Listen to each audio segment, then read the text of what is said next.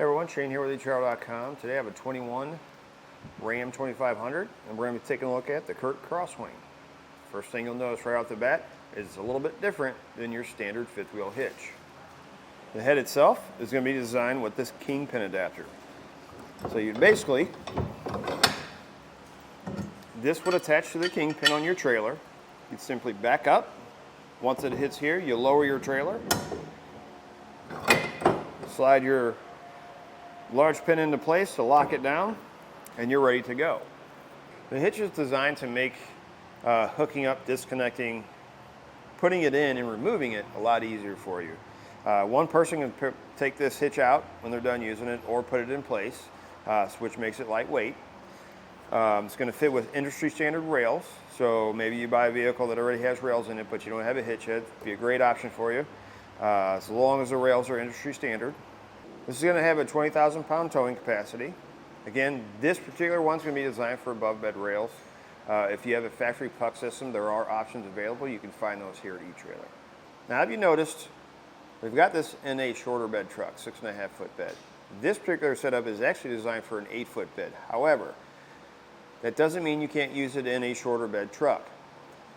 As long as you have the Sidewinder kingpin or a Sidewinder pin box, all you need to do is get the adapter plate for this, and you can use this in a shorter bed truck. For those of you that are not familiar with a Sidewinder, the rotation is actually not going to be on the hitch side, it's going to be on the trailer side. So, on typical fifth wheel, your pin would slide down in here, or sit in here, and it'd actually rotate on this. With the Sidewinder, this is locked in place, or your pin's locked in place, and on your kingpin side, or on your pin box side, the pin box actually rotates underneath the trailer. So your pivot point is actually going to be back here under your trailer and not up here.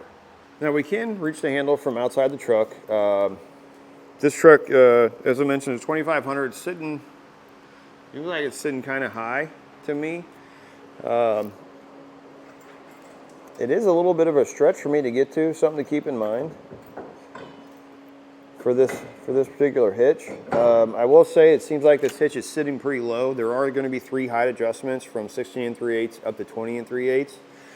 So if we had it set in a little bit higher, closer to the top of the bed, it may be a little bit easier to reach from there. This is going to have a 5-inch offset, which means that it's going to push your kingpin back 5 inches. It's going to give you a little bit more clearance between the cab and the front of your trailer. It's going to be made out of high grade steel. Nice black powder coat finish. It's really going to hold up well. As far as maintenance goes, there's not really any maintenance needed. You don't have any Zerk fittings to put grease in. Every once in a while you may want to check the torque on the bolts just to make sure that they're torqued down, which every hitch is going to recommend you do that anyway. Other than that, that's a look at the CURT CrossWing 20,000 pound hitch.